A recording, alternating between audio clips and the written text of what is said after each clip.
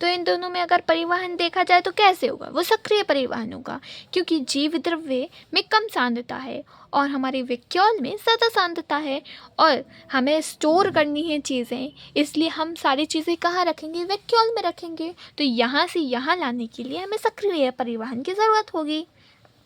ठीक है। अब कुछ होती हैं संकुचनशील राजधानी, और जो क्या करती हैं, पराशरण नियमन और उत्सर्जन में सहायता करती हैं। कुछ होती हैं खाद्य राजधानी, जो कि फूड को स्टोर करती हैं। कुछ होती है आद्य जीव में जो उपस्थित होती हैं। ठीक है, जे खाद्य राजधानी जो है वो आद्य जीव में उपस्थित होती हैं और खाद्य पदार्थों को निगलने से बनती है, खाद्य पदार्थों को निगलने से बनती है। ठीक है यार, इतने टाइम ना बहुत सारे लोग डिस्टर्ब करने आ जाते हैं, गुस्सा आती है बहुत। एनीवे, आगे चलते हैं। अगर हम बात करें तो इसमें कौन कौन से पदार्थ भरे हुए होते हैं, इसमें उत्सर्जी पदार्थ भी है, कुछ रस भी है, जल भी है, पदार्थ भी हैं जो कोशिका के लिए अभी आवश्यक नहीं है लेकिन बाद में हो सकते हैं, तो इसमें से हम निकाल लेंगे। कुछ एंथोसाइनेंस भी पाए जाते हैं, जल में विलय वर्णक भी होते हैं। ये सब क्या होते हैं, इसमें भरे हुए होते हैं। और प्लांट कोशिका जो है, प्लांट सेल है, उसकी जो हमारी वेसिकल है, इसकी झिल्ली का नाम क्या है, टोनोप्लास्ट है। This is important, in question आ सकता है टोनोप्लास्ट। ठीक है, आगे बात करते हैं सूक्ष्म कणिका माइक्रोकॉन्ड्रिया की। ओ माय गॉड, मैंने बहुत सारा सिलेबस कवर कर दिया है, लेकिन अब सिर्फ 25% सिलेबस बचा होगा। 75% हम ख़त्म करके आ चुके हैं, सिर्फ कुछ बचा है। आवाज़ भी चेंज हो चुकी है और तो लेट्स स्टार्ट इट। माइक्रोकॉन्ड्रिया, इसकी खोज किसने की थी, कॉलीगर ने की थी, और इसका नाम किसने दिया था, बेंडा ने दिया था। Nothing important. आगे बात करते हैं, इसका आकार कैसा है, बेलनाकार है और तस्तरीनुमा है। इसकी लंबाई की बात करें तो 1 से 4.1 माइक्रोमीटर है। व्यास की बात करें तो 0.2 से 1 माइक्रोमीटर है, और औसत व्यास की बात करें तो 0.5 माइक्रोमीटर है। कोशिका में माइक्रोकॉन्ड्रिया की संख्या उसके आकार और क्रियाशीलता पर निर्भर करती है। यानी अगर किसी कोशिका की क्रियाशीलता कम है तो उसे कम ऊर्जा की ज़रूरत होगी, यानी कि माइक्रोकॉन्ड्रिया की संख्या कम होगी, उसका आकार छोटा हो जाएगा। अगर ऊर्जा की ज़्यादा आवश्यकता है तो वहाँ पे माइक्रोकॉन्ड्रिया की संख्या ज़्यादा होगी और उसका आकार भी बड़ा होगा। ये दोहरी झिल्ली आबद्ध कोशिकांग होते हैं, और इसे ही हम कोशिका का शक्ति ग्रह भी कहते हैं, power house of the cell. ये अर्ध स्वानियंत्रित होता है, अर्ध स्वायत्त होता है, सेमी ऑटोनोमस होता है, यानी आधे तरीके से खुद को क्या करता है, संभाल लेता है, नियंत्रित कर लेता है, क्योंकि इसमें खुद का डीएनए पाया जाता है।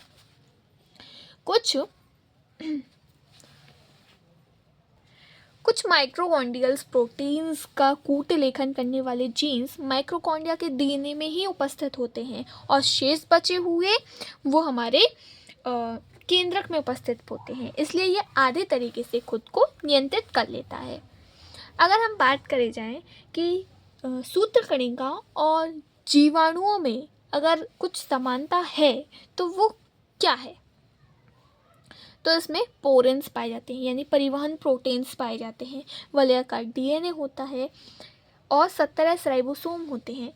अब ऐसा कहा जाता है कि जो हमारा माइक्रोकॉन्ड्रिया और लवक है, ये शायद कुछ जीवाणु होंगे जो कि इवोल्यूशन के टाइम पे क्या होते हैं, यूकैरियोटिक कोशिकाओं में आ गए, और ये फिर जब से आए हैं तो यहीं रहते हैं। क्यों, क्योंकि इनमें सिमिलरिटीज़ पाई जाती हैं। कैसी सिमिलरिटीज़, कि देखो इनमें पोरेंस भी पाए जा रहे हैं, यानी परिवहन प्रोटीन्स भी पाए जा रहे हैं, इनमें अपना खुद का डीएनए भी पाया जा रहा है, और 17 राइबोसोम्स भी पाए जा रहे हैं। ये तो प्रोकैरियोटिक की विशेषताएं थी ना, इसलिए ऐसा कहा जाता है। अगर हम इसके स्ट्रक्चर की बात करें तो यहाँ पे एक बाह्य झिल्ली भी पाई जाती है जो कि कम पारगम्य होती है, और इसके अंदर पाए जाते हैं SDH सक्सीनेट डिहाइड्रेज। एंजाइम्स। ठीक है, फिर इसमें होती है भीतरी झिल्ली जिसमें कुछ और विशिष्ट प्रकार के प्रोटीन्स होते हैं। उल्टा बोल दिया, ठीक है। सबसे बाहर पाई जाती है बाहरी झिल्ली जो कि अधिक पारगम्य होती है। फिर पाई जाती है भीतरी झिल्ली जिसमें अंतःवलन पाए जाते हैं और ये कम पारगम्य होती है और इसमें SDH यानी सक्सिनेट डिहाइड्रेज पाया जाता है, एक विशेष प्रकार का प्रोटीन। सॉरी उल्टा बोलने के लिए, क्या हो गया है यार। और इसी में पाया जाता है RNA, इसी में होते हैं DNA और दोनों झिल्लियों के मध्य एक स्पेस पाई जाती है, एक कंपार्टमेंट पाया जाता है जिसे हम इनर इंटरमेम्ब्रेन स्पेस कहते हैं, परी माइक्रोकॉन्ड्रियल स्थान बोलते हैं, दोनों झिल्लियों के बीच में पाया जाता है। अंदर देखें तो आधात्री होती है जिसमें कैप चक्र एंजाइम्स पाए जाते हैं, DNA RNA पाया जाता है, 17 राइबोसोम्स पाए जाते हैं और मैग्नीशियम पाया जाता है। जो इस पे तुम देख रहे हो अंतःवलन, मैंने क्या बोला, यहाँ पे अंतःवलन पाए जाएंगे। अंतःवलन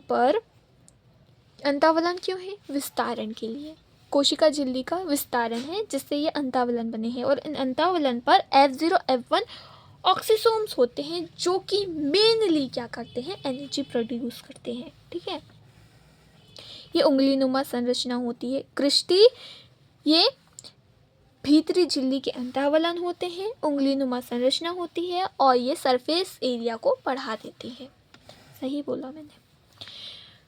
सूक्ष्म कणिका की बात करें तो सूक्ष्म कणिका के अभिरंजन के लिए जेनस ग्रीन का प्रयोग किया जाता है। ये एक तरह की डाई होती है।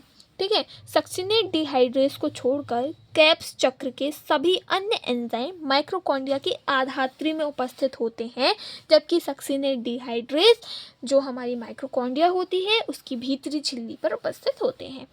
माइक्रोकॉन्ड्रिया की उपस्थिति एक प्रोकैरियोटिक कोशिका के यूकैरियोटिक कोशिका में एंडोसम्बायोसिस से हुई थी। कैसे? एंडोसिम्बायोसिस क्या है? ये प्रोकैरियोटिक कोशिका है, ये यूकैरियोटिक कोशिका है। जब प्रोकैरियोटिक कोशिका यूकैरियोटिक कोशिका के अंदर चली जाती है और फिर वहीं अपना भरण पोषण करती है तो इसे हम क्या कहते हैं? एंडोसिम्बायोसिस कहते हैं।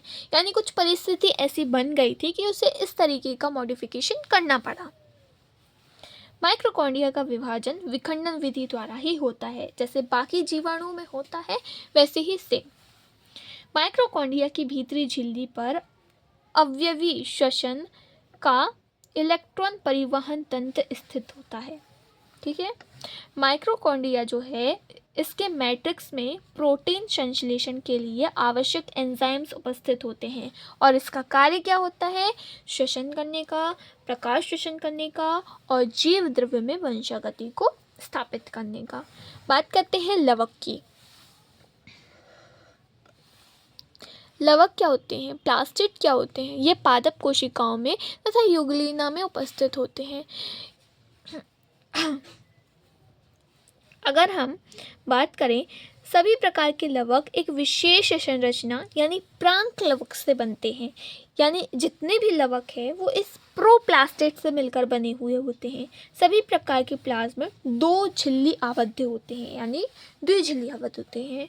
अगर हम इस प्रोप्लाज्मिड को विभेदित कर दें तो इससे 3 लवक बनते हैं: अवर्णीय लवक, वर्णीय लवक और हरित लवक। अवर्णीय लवक क्या होते हैं? इनमें कोई कलर नहीं है, कोई पिगमेंट नहीं है, लेकिन ये संग्रहण करते हैं कुछ चीज़ों का, कुछ खाद्य पदार्थ का। वहीं वर्णीय लवक, इनमें कैरोटीनॉइड्स उपस्थित होते हैं। ठीक है, जो कि रेड और ऑरेंज कलर देता है। वहीं अगर हरित लवक की बात करें तो इसमें कैरोटीनॉइड्स और क्लोरोफिल दोनों उपस्थित होते हैं। प्लास्टिड में DNA और RNA और 17 राइबोसोम भी पाया जाता है, सेम किसके जैसा? माइक्रोकॉन्ड्रिया के जैसा। और एक ही प्रकार के लवक दूसरे प्रकार के लवक में रूपांतरित हो सकते हैं। जो हमारा हरित लवक है वो वर्णीय लवक में रूपांतरित होता है, लेकिन वर्णीय लवक हरित लवक नहीं बन सकता। हरित लवक वर्णी तो बन सकता है, लेकिन वर्णी हरित नहीं बन सकता। अगर लवक की बात करी जाए, इनकी कार्य की बात करी जाए, तो वो कैसे हैं। वर्णी लवक की सबसे पहले बात करते हैं। तो वर्णी लवक जो होते हैं, इनमें कैरोटीनॉइड्स पाए जाते हैं, जो कि पादप को पीला, लाल, नारंगी रंग प्रदान करता है। ठीक है, और इसमें क्या होता है, वसा में विलेय हो जाते हैं और ये जल में अविलेय रहते हैं। इंपॉर्टेंट है, ये वसा में कैसे रहते हैं, विलेय रहते हैं, लेकिन जल में ये अविलेय होते हैं, यानी वसा में घुल जाते हैं लेकिन जल में नहीं घुलते। इसमें कैरोटीनॉइड्स में दो प्रकार के वर्णक होते हैं, एक होता है कैरोटीन और एक होता है ज़िंथोफिल।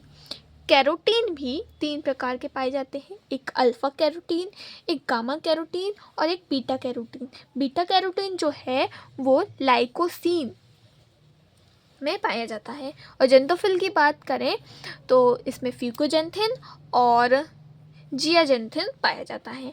अगर मैं आवर्णी लवक की बात करूं, आवर्णी लवक की, तो ये कलरलेस होते हैं। ठीक है, ये पादप का रंगहीन भाग में उपस्थित होते हैं और भंडारण का काम करते हैं।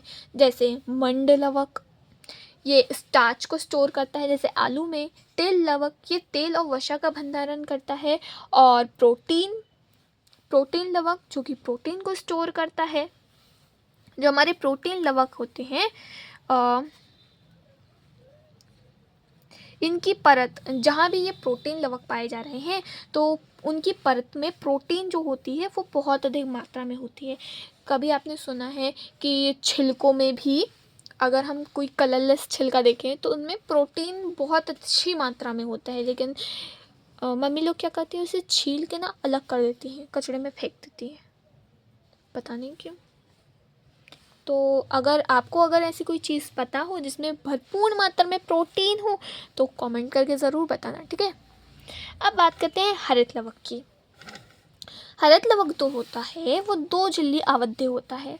अगर बात करी जाए इसकी लंबाई की, तो ये 5 से 10 माइक्रोमीटर की होते हैं और चौड़ाई 2 से 4 माइक्रोमीटर होती है। इसका आकार ताराकार होता है, जालीवत होती है और प्लेट के आकार का होता है। ये गोल होते हैं, प्याले के आकार के होते हैं और रिबन जैसे भी हो सकते हैं। इतने सारे आकार होते हैं। संख्या की बात करें तो इनकी संख्या सभी में अलग अलग होती है। जैसे अगर बात करी जाए क्लेमाइडोमोनास में, तो उसमें पूरी कोशिका में सिर्फ एक पाई जाएगी हरित लवक। लेकिन अगर मैं बात करूं मीजोफिल्स कोशिकाओं में, तो वहाँ पे 20 से 40 प्रति कोशिकाएं पाई जाएंगी। ये आधे तरीके से खुद को नियंत्रित कर सकते हैं। क्यों कर सकते हैं, कमेंट करके बताना। बहुत सारी चीज़ें दे दी ना कमेंट करने के लिए, फिर भी कमेंट करके बताना। अब जो डीएनए रहता है वो सबसे ज़्यादा कहाँ होता है, केंद्रक में, फिर उसके बाद लवक में, फिर सबसे कम माइक्रोकॉन्ड्रिया में। ये क्रम याद करना ज़रूरी है कि डीएनए सबसे ज़्यादा कहाँ, केंद्रक में, फिर कहाँ, लवक में, फिर कहाँ, माइक्रोकॉन्ड्रिया में। अगर हरित लवक की उत्पत्ति एक प्रोकैरियोटिक सेल के यूकैरियोटिक सेल में बायोसिस से हुई है ना, तो जैसे माइक्रोकॉन्ड्रिया वैसे हरित लवक दोनों कैसे बने हैं, एंडोसिम्बायोसिस से बने हुए हैं। इनका कार्य क्या है, प्रकाश संश्लेषण का काम है, जीव द्रव्य वंशागति का कार्य है और प्रकाश श्वसन का। संरचना की बात करें तो इसमें बाह्य परत जो अधिक पारगम्य होती है, अंदर की ओर की परत जो कि कम पारगम्य होती है। दोनों के बीच में एक स्पेस पाया जाएगा जिसे हम क्या कहते हैं, इसे बोलते हैं, एक मिनट, पेरिकॉर्डियल स्पेस। ठीक है, अंदर की ओर क्या है, इसमें मैट्रिक्स है और अब आगे आरएनए है, डीएनए है, राइबोसोम है, ये सब चीज़ें तो हमें पता है। मेन चीज़ क्या है इसमें अलग, तो इसमें पाए जाते हैं थैलेकॉइड्स, सिक्के जैसी संरचना होती है। ठीक है, जो कि एक समूह बनाती है जिसे हम कहते हैं ग्रेनम। ये क्या है, ग्रेनम, एक ग्रेनम है और यहाँ बहुत सारे ग्रेनम पाए जाते हैं तो उसे ग्रेना कहते हैं। ठीक है, थैलेकॉइड का समूह ग्रेनम और ग्रेनम का समूह ग्रेना। ठीक है, ये सभी ग्रेनम एक दूसरे से जुड़े हुए होते हैं पेटिका पटली द्वारा। ठीक है। अब बात करें कि जो मैट्रिक्स है इसके भीतर झिल्ली द्वारा छोटा गया स्थान क्या कहलाता है? अंदर की ओर स्पेस, इसे हम बोलते हैं स्ट्रोमा स्पेस। ओके। हरित लवक दिखाई दे रहा है। हरित लवक के अंदर क्लोरोफिल, कैरोटीनॉइड्स इत्यादि वर्णक थैलेकॉइड की झिल्ली में उपस्थित होते हैं। यानी कि ये थैलेकॉइड है तो ये थैलेकॉइड की झिल्ली और ये थैलेकॉइड का जो अंदर का भाग है इसे हम ल्यूमेन कहते हैं। पीठिका में प्रोटीन संश्लेषण तथा कार्बोहाइड्रेट संश्लेषण दोनों के लिए एंजाइम्स उपस्थित होते हैं। ठीक है। पीठिका में प्रोटीन संश्लेषण और कार्बोहाइड्रेट संश्लेषण दोनों के लिए क्या होते हैं? एंजाइम्स पाए जाते हैं, जैसे कि ETS। अगर हम लवक में बात करें तो कौन कौन से एंजाइम्स पाए जाएंगे? ETS, प्रोटीनिन, और यहाँ पे फैट स्टोरेज भी पाई जाती है, और शायद CORH लिखा है। वही माइक्रोकॉन्ड्रिया की बात की जाए तो यहाँ पे ETS और प्रोटीनियस पाए जाते हैं। क्लोरोफिल जो होता है वो उसकी इंटरमेम्ब्रेन जो होती है वो कम परमिएबल होती है, ये तो हमने पहले ही पढ़ लिया ना। अब बात आते हैं राइबोसोम्स की। बस थोड़ा सा और है, थोड़ी सी देर और इंतज़ार कर लो यार, जस्ट फिर जा सकते हो। ठीक है। राइबोसोम्स की बात करें तो जॉर्ज पैलेट ने 1953 में इसकी खोज की थी, इसलिए से हम इसे पैलेट कण भी कहते हैं। और ये कणिकामय संरचना होती है, प्रोटीन की फैक्ट्री होती है, अब यानी प्रोटीन का संश्लेषण कर लेती है। ये राइबोन्यूक्लियर प्रोटीन यानी कि RNA प्लस प्रोटीन अगर इसमें मिल जाए तो इसे क्या नाम देते हैं? राइबोन्यूक्लियो प्रोटीन देते हैं। कोशिकांग के भीतर कोशिकांग होती है, यानी कोशिका में तो पाई ही जाए रे, कोशिका में तो मिलती ही है, साथ ही साथ कोशिकांगों में भी मिलती है, ये है ना, इसलिए से हम कोशिकांगों के भीतर कोशिकांग कहते हैं। जैसे माइक्रोकॉन्ड्रिया और लवक में भी ये पाई जाती है। ये झिल्ली रहित होती है, प्रोकैरियोटिक यूकैरियोटिक दोनों में उपस्थित होती है और 2 इकाइयों से मिलकर बनी हुई होती है। सबसे छोटा कोशिकांग होती है। और अगर बात की जाए प्रोकैरियोटिक यूकैरियोटिक में, तो प्रोकैरियोटिक में 70S पाई जाती है। कहाँ पाई जाती है? जीव द्रव्य में और कोशिका झिल्ली में पाई जाती है। यूकैरियोटिक में 70 और 80 दोनों पाई जाती है। जो 80S होती है वो ER पे पाई जाती है, केंद्रक झिल्ली पे पाई जाती है और जीव द्रव्य झिल्ली में पाए जाते हैं। वहीं 70S कहाँ? माइक्रोकॉन्ड्रिया और लवक में पाए जाते हैं। अब 70 और 80S का खेल क्या है? 70 और 80S, 70S की छोटी इकाई 30S होती है, बड़ी इकाई 50S होती है। 80S की छोटी इकाई 40S और बड़ी इकाई 60S होती है। जो हमारी छोटी इकाई 30S है इसमें प्रोटीन कौन सा पाया जाता है? प्रोटीन पाया जाता है 16S rRNA। 50S में कौन से प्रोटीन्स पाए जाते हैं? 5S rRNA और 30S rRNA। अगर 40S की बात करें तो इसमें प्रोटीन पाया जाता है 18S rRNA, और अगर 60S की बात करें तो इसमें प्रोटीन पाया जाता है 5S rRNA, 5.8S rRNA और 28S rRNA। थोड़ा एक्स्ट्रा है, अगर बने तो रिवाइज करना, नहीं तो स्किप कर देना। लेकिन अगर नीट में सिलेक्शन चाहिए तो याद करना बनता है यार। राइबोसोम दोनों इकाइयों से जुड़ा हुआ होता है। किससे? मैग्नीशियम की क्रांतिक सांद्रता की आवश्यकता होती है। जब मैग्नीशियम की क्रांतिक सांद्रता हमें मिल जाती है तो जो छोटी उप इकाई है और बड़ी उप इकाई ये क्या होती है? एक दूसरे से ज्वाइंट हो जाती है। यूकैरियोटिक सेल में 5S rRNA के अतिरिक्त अन्य सभी RNA जैसे 5.S rRNA, 18S rRNA और 28S rRNA का निर्माण केंद्रिका द्वारा किया जाता है। देन केंद्रिका द्वारा क्या हो रहा है, इन आरएनए का निर्माण हो रहा है। एस आखिर है क्या, ये है सेडिमेशन नियतांक, पहले भी बताया है। स्वेडवर्ग इकाई, राइबोसोम के घनत्व तथा आकार का अप्रोक्ष मापन क्या होता है, ये एस होता है। प्रोकैरियोटिक में जो 23S आरएनए है उसे हम बोलते हैं राइबोजाइन। वहीं यूकैरियोटिक में 28S आरएनए है, उसे हम बोलते हैं राइबोजाइन। ये दोनों क्या होते हैं, ये पेप्टाइल ट्रांसफरेज एंजाइम्स होते हैं। राइबोजाइम के अतिरिक्त सभी एंजाइम्स जो होते हैं वो प्रोटीन होते हैं, यानी कि जो इकलौता एंजाइम है जो कि प्रोटीन नहीं है बल्कि एक आरएनए है। ठीक है, प्रोकैरियोटिक में 30S आरएनए और यूकैरियोटिक में 28S आरएनए क्या है, राइबोजाइन है।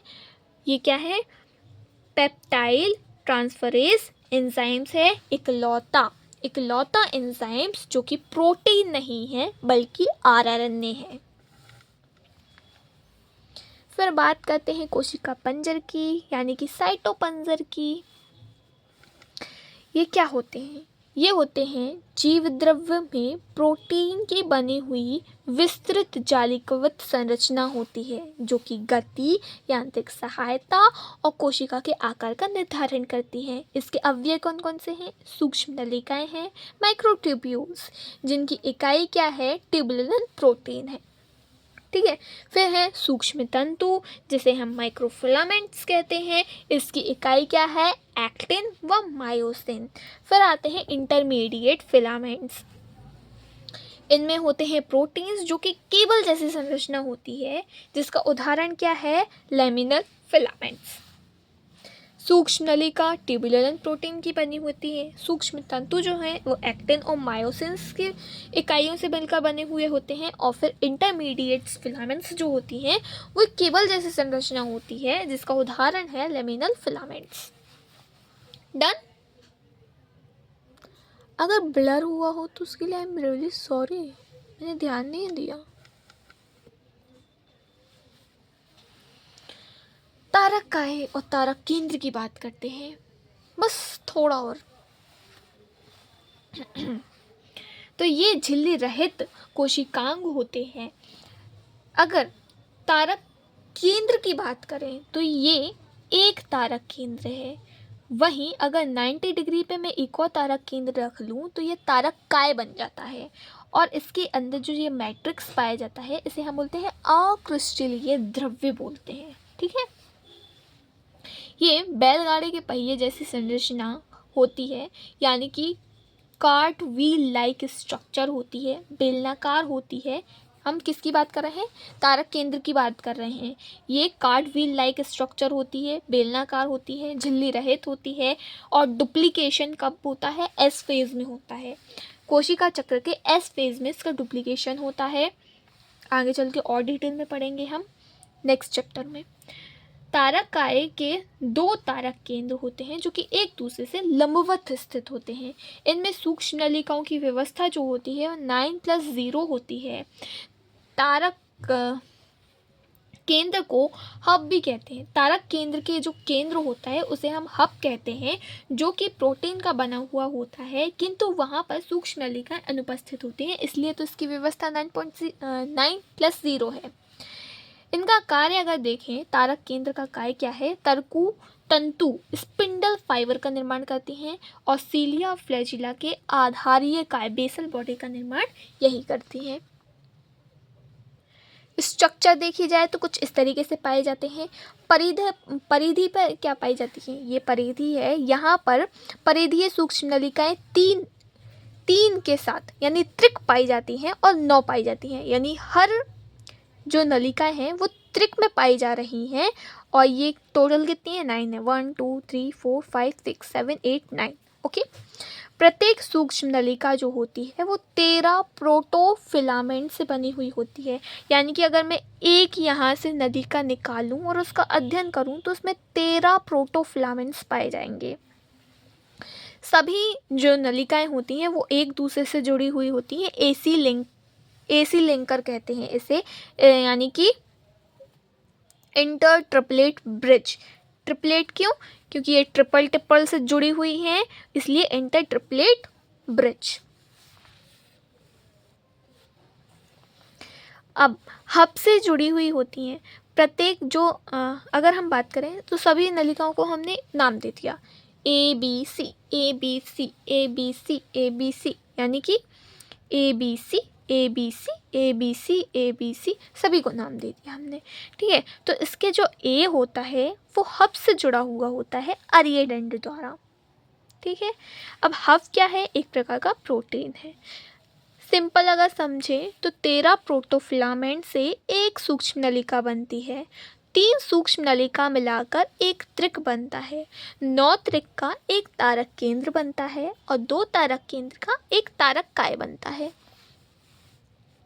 देखा, 13 प्रोटोफिलामेंट से एक सूक्ष्म नलिका बनती है, 3 सूक्ष्म नलिका से एक त्रिक बनता है, 9 त्रिक से एक तारक केंद्र बनता है, 2 तारक केंद्र से मिलकर एक तारक काय बनता है।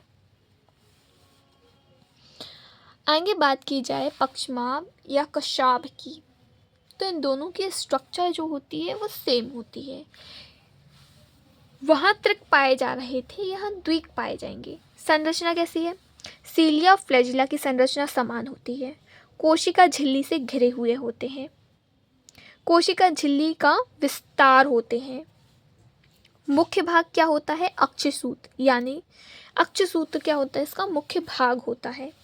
इसमें सूक्ष्म नलिकाओं की व्यवस्था क्या होती है? 9+2 होती है। 9 परिधि पर पाई जाती हैं और 2 केंद्र पर पाई जाती हैं। दोनों ट्यूबुलिन प्रोटीन से बने हुए होते हैं, सूक्ष्म नलिकाओं से मिलकर बने हुए होते हैं। दोनों परिधीय सूक्ष्म नलिकाएं अरिये दंड द्वारा केंद्रीय अच्छेद से जुड़े हुए होते हैं। स्ट्रक्चर देखी जाए तो ये पूरा क्या है? मुख्य भाग है, जिसे हम अक्षसूत्र बोलते हैं। ठीक है, परिधि पर क्या पाई जा रही हैं? परिधीय सूक्ष्म नलिकाएं पाई जा रही हैं। कितनी है? 9 है। 1 2 3 4 5 6 7 8 9, 9 है और द्विक पाई जा रही हैं। दोनों एक दूसरे से जुड़ी हुई हैं ए बी लिंकर द्वारा, अंतराद्विक सेतु द्वारा, इंटर डबलेट ब्रिज। वहाँ ट्रिपलेट था, यहाँ डबलेट हो गया। अब अगर बात करें तो इनको भी मैंने ए बी नाम दिया है। तो अगर मैं देखूं तो ए वाले पे ना कुछ स्ट्रक्चर्स पाई जा रही हैं, 2 ऐसे सींगनुमा। इन्हें बोलते हैं हम डाइनिन प्रोटीन। ठीक है, डाइनिन भ्रोजा, जिसमें पाया जाता है डाइनिन प्रोटीन, जो कि क्या करता है? एटीपी हाइड्रोलिसिस करता है, यानी कि एटीपी को तोड़ता है और ऊर्जा को मुक्त करता है। केंद्र में पाया जाता है केंद्रीय अच्छेद और उसके भी अंदर पाए जाते हैं 2 और क्या? सूक्ष्म नलिकाएं। इसलिए तो बोलते हैं 9+2 स्ट्रक्चर है, व्यवस्था में है। जो केंद्रीय अच्छेद है, केंद्रीय अच्छेद से जुड़ी हुई है हमारी ए सूक्ष्म नलिका। किसके द्वारा? अरिये दंड के द्वारा। दैट्स इट, हो गई स्ट्रक्चर पूरी। अगर आप इसको हाथ से बना के ड्रॉ करोगे ना, मतलब ड्रॉ करोगे अगर आप इसको, तो जल्दी आसानी से समझ सकोगे। इसलिए अगर मेरा सजेशन मानो ना तो एक बार ड्रॉ करके ज़रूर देखना समझने के लिए। अब हम सीलिया फ्लैजिला की बात करें, इनमें अंतर क्या है? सीलिया जो होते हैं वो छोटे आकार के होते हैं, ज़्यादा संख्या में होते हैं। फ्लैजिला जो होती है वो बड़े आकार का होता है और संख्या में कम होता है। सीलिया जो होते हैं वो चप्पू की भांति होते हैं, जो नाव में चप्पू रहता है ना, जिससे नाव चलती है, उसके जैसे रहते हैं। और कोशिका के साथ साथ आसपास के पदार्थों को भी गति कराते हैं। लेकिन जो फ्लैजिला रहता है वो सिर्फ कोशिका को गति कराता है।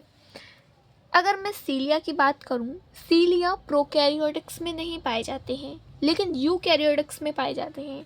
अब फ्लैजिला की बात करूं तो ये प्रोकैरियोटिक और यूकैरियोटिक दोनों में पाए जाते हैं, लेकिन प्रोकैरियोटिक की स्ट्रक्चर अलग होती है और यूकैरियोटिक की अलग होती है। सीलिया और फ्लैजिला सीलिया एंड फ्लैजिला और तारक केंद्र में क्या अंतर है? सीलिया और फ्लैजिला में ये कोशिका झिल्ली उपस्थित होती है और तारक केंद्र में झिल्ली नहीं थी।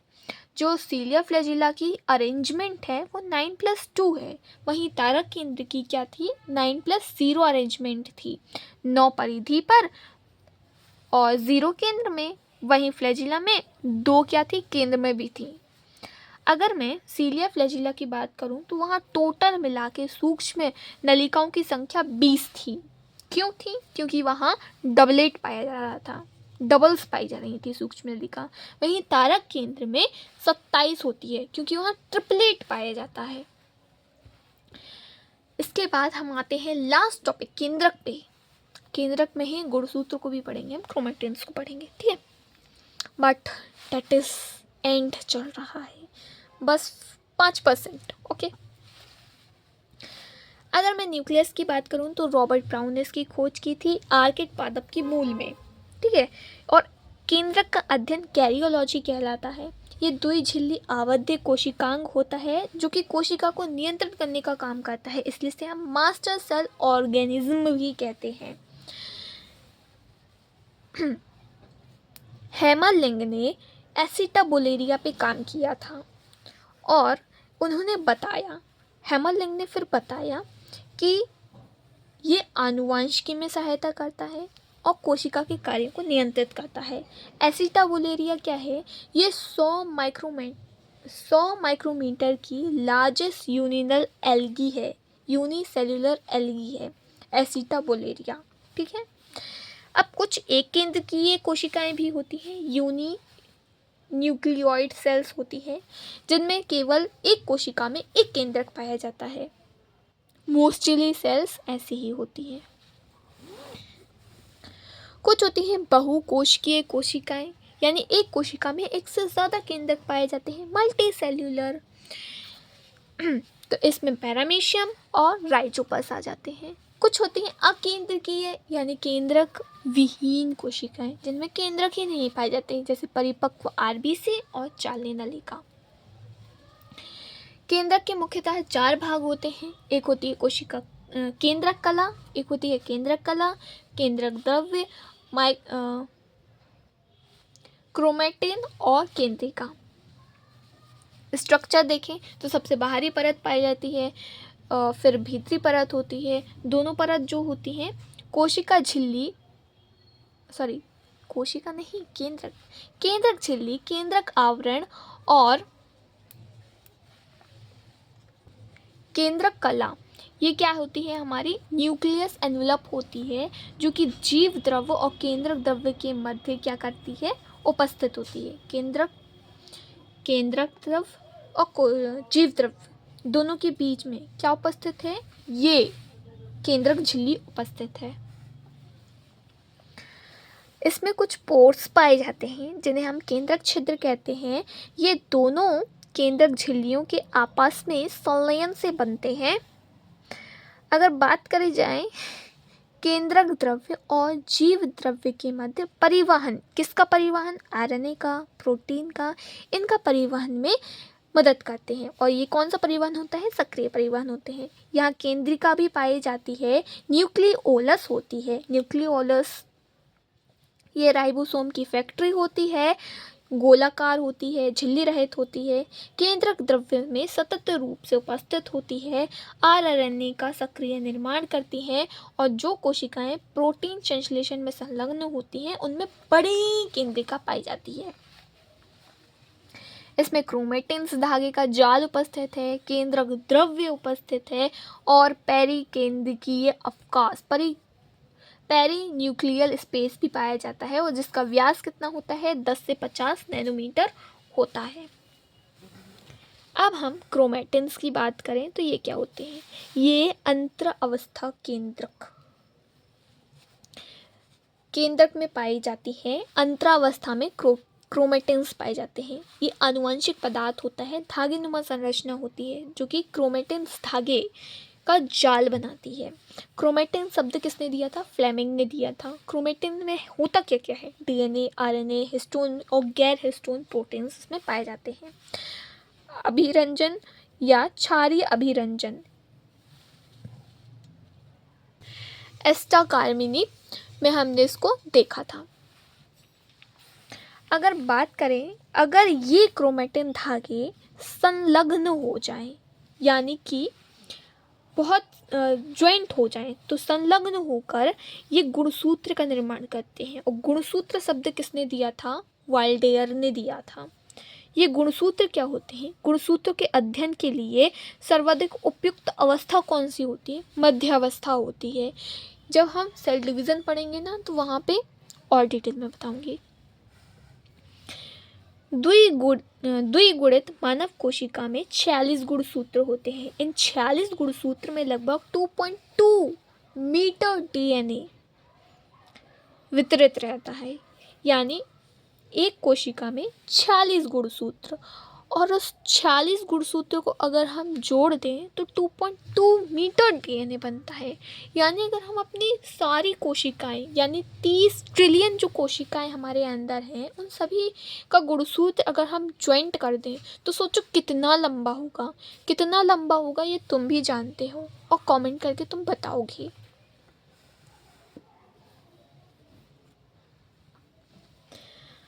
ये है हमारा गुणसूत्र, ठीक है।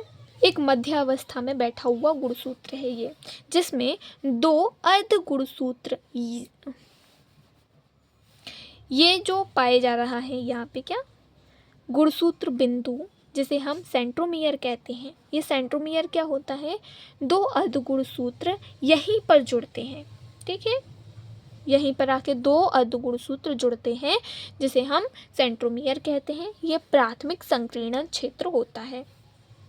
फिर तुम एक डिस्क नुमा संरचना देख रहे हो, जिसे हम बोलते हैं काइनेटोकोर। ये डिस्क के आकार की होती है। गुणसूत्र बिंदु का आवरण ध्रुवों से आने वाले तर्कोतंतु इसी काइनेटोकोर से आकर जुड़ते हैं। जो हमारे तारक केंद्र जो थे वो तर्कोतंतु बना रहे थे, जब विभाजन होगा तो उसका तर्कोतंतु जब जुड़ेगा तो वो कहाँ जुड़ेगा? इसी काइनेटोकोर पे जुड़ेगा। अब इस पे जो आवरण तुम देख रहे हो, इसे हम पेलिकल बोलते हैं। इसे हम गुणसूत्र का आवरण बोलते हैं, जो कि प्रोटीन से मिलकर बना हुआ होता है। अब जो सबसे किनार पे तुम देख रहे हो, यहाँ पे टीलोमियर पाया जाता है। ये टीलोमियर क्या होता है? ग्वानिन का आधिक्य पाया जाता है। यहाँ इस टीलोमियर पर ग्वानिन का आधिक्य पाया जाता है। अब अर्ध गुणसूत्र ये है, ये बेलनाकार संरचना में होता है, और इस आधे का भी आधा क्या होता है? क्रोमेटिड भुजा होता है। जब ये 2 आधे जुड़ते हैं तो क्या बनता है? एक गुणसूत्र बनता है। मध्य अवस्था में गुणसूत्र 2 अर्ध गुणसूत्रों का बना हुआ होता है। अगर हम बात करें, हमारे पास 2 गुणसूत्र हैं, एक AB और एक CD। अगर हम सामान्य गुणसूत्र बिंदु पर जोड़े, समान गुणसूत्रों के बिंदु पर जो 2 अर्ध गुणसूत्र संतति है, मतलब अब देखो यहाँ पे 2 अर्ध गुणसूत्र हैं, यहाँ पे भी 2 अर्ध गुणसूत्र हैं, लेकिन ये दोनों एक ही पॉइंट पर जुड़े हैं और ये दोनों एक ही पॉइंट पर जुड़े हुए हैं।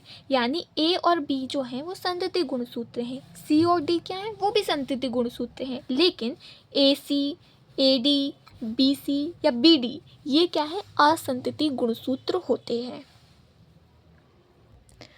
नेक्स्ट बात करें, गुणसूत्र बिंदु की स्थिति के आधार पर गुणसूत्र के प्रकार कितने होते हैं? 4 प्रकार होते हैं। एक होती है मध्य केंद्र की, यानी बीच में अगर देखें तो दोनों बराबर हिस्सों में बटे हैं। X और Y क्या है? बराबर हैं। सेंट्रोमियर कहाँ पे है? मध्य में स्थित है। इसे अगर हम एनाफेज में देखें तो ये V आकृति बनाता है। जब तर्कोतंतु इसे खींचता है ना, तो ये V आकृति लेता है। अगर हम बात करें उपमध्य केंद्र की है, तो यहाँ पे जो हमारा X होता है वो छोटा होता है Y की तुलना में। सेंट्रोमियर जो होता है वो मध्य केंद्र की से थोड़े दूर स्थित होता है और एनाफेज अवस्था में L शेप दिखाता है। अग्रबिंदु देखें तो यहाँ पे जो हमारा X होता है वो बहुत ज़्यादा छोटा होता है Y से। सेंट्रोमियर जो होता है किनारे के अंत के पास स्थित होता है और J आकृति दिखाता है एनाफेज में। अंत केंद्र की ये जो हमारा अंत केंद्रीय होता है वहाँ सेंट्रोमियर जो होता है बिल्कुल पॉइंट पे स्थित होता है और एनाफेज में आई शेप दिखाता है। अब द्वितीयक संकीर्णन क्षेत्र अगर हम बात करें तो ये क्या होता है, कुछ गुणसूत्रों में उपस्थित होते हैं, ये गैर अभिरंजित क्षेत्र में पाए जाते हैं, ये सेकेंडरी कॉन्स्ट्रिक्शंस के बाद बनते हैं, है ना। सेकेंडरी कॉन्स्ट्रिक्शन के बाद का हिस्सा सैटेलाइट कहलाता है तथा इन गुणसूत्रों में सैटेलाइट गुणसूत्र भी कहते हैं। यानी अगर ये द्वितीयक संकीर्णन क्षेत्र पाया जा रहा है तो उसे हम सैटेलाइट डीएनए भी कह सकते हैं, सैटेलाइट गुणसूत्र भी कह सकते हैं। ये कहाँ है, हमारा टेलोमियर है, ये प्राथमिक संकीर्णन क्षेत्र है, ये द्वितीयक संकीर्णन क्षेत्र है जहाँ पे न्यूक्लियस ओरिजिनस रीजन जिसे हम कहते हैं NOR क्षेत्र, और इस इतने पार्ट को हम सैटेलाइट कहते हैं और इस पूरे को सैटेलाइट गुणसूत्र। मानव कोशिका में गुणसूत्र संख्या 13, 14, 15, 21 और 22 सैटेलाइट क्रोमोसोम्स कहलाते हैं। अब सबसे लास्ट सूक्ष्म इकाई की बात करते हैं, माइक्रोबॉडीज की बात करते हैं, तो ये एक झिल्ली आबद्ध कोशिकांग होते हैं। इसे भी अभी बंद होना था,